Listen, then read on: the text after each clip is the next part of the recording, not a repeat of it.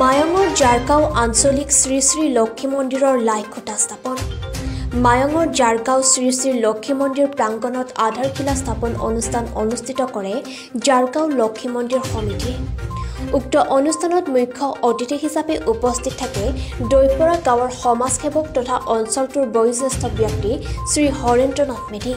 লগতে উপস্থিত থাকে জাৰগাঁৱৰ ব্যৱসায়ী শৈলেন দাস, সমাজসেৱক বাবুল দাস, মন্দিৰ সমিতিৰ সভাপতি গোপন দাস, সম্পাদক বিক্ৰম শইকীয়া। সমাজসেৱক তথা বয়োজ্যেষ্ঠ ব্যক্তি হৰেন্দ্ৰনাথ মেধিয়ে মুখ্য অতিথি হিচাপে উপস্থিত থাকি শ্ৰী শ্ৰী জাৰগাঁও আঞ্চলিক লক্ষ্মী মন্দিৰৰ আধাৰশিলা স্থাপন কৰে। লগতে উপস্থিত থাকে অঞ্চলটোৰ বহু গণ্যমান্য ব্যক্তি। উক্ত মন্দিৰটোৰ আধাৰশিলা স্থাপন কৰাত উৎফুল্লিত বৃহত্তৰ জাৰগাঁৱৰ ৰাইজ। অঞ্চলৰ এটা পুৰণা সপোন আছিলে আমাৰ এই অঞ্চলত এটা লক্ষ্মী মন্দিৰ প্ৰতিষ্ঠা কৰাটো। এটা পুৰণা মন্দিৰ অলৰেডি আমাৰ মাজত আছে, কিন্তু মন্দিৰটো অলপ পুৰণা হৈছে।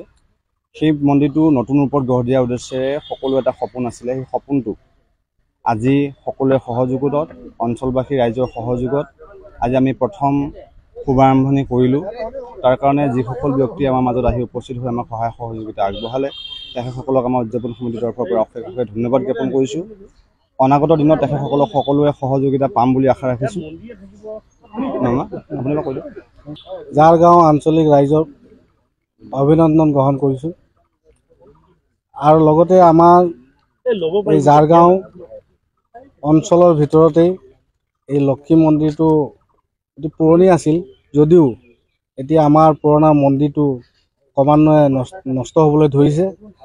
সেইকাৰণে আমি গোটেই অঞ্চলবাসী ৰাইজে এটা নতুনকৈ লক্ষ্মী মন্দিৰ নিৰ্মাণৰ অৰ্থে আজি আমি গোটেই আঞ্চলিক ৰাইজে আধাৰশিলা স্থাপন কৰিছোঁ। ইয়াতে ৰাইজৰ সহযোগতে আমি কৰিছোঁ, কোনো চৰকাৰৰ কোনো অৰিহণা ইয়াত নাই। গতিকে আমি ভৱিষ্যতে চৰকাৰৰ ওচৰত হয়তো অৰিহণা আমি বিচাৰিম আৰু এই লক্ষ্মী মন্দিৰটো এই অঞ্চলৰ ভিতৰতে যাতে জাকত জিলিকা হৈ থাকে তাৰ কাৰণে সকলো ৰাইজকে সহায় সহযোগিতা আগবঢ়াবলৈ আশা থাকিল আৰু লগতে সকলোলৈ শুভকামনা যাচিলোঁ। Bureau report, PI news.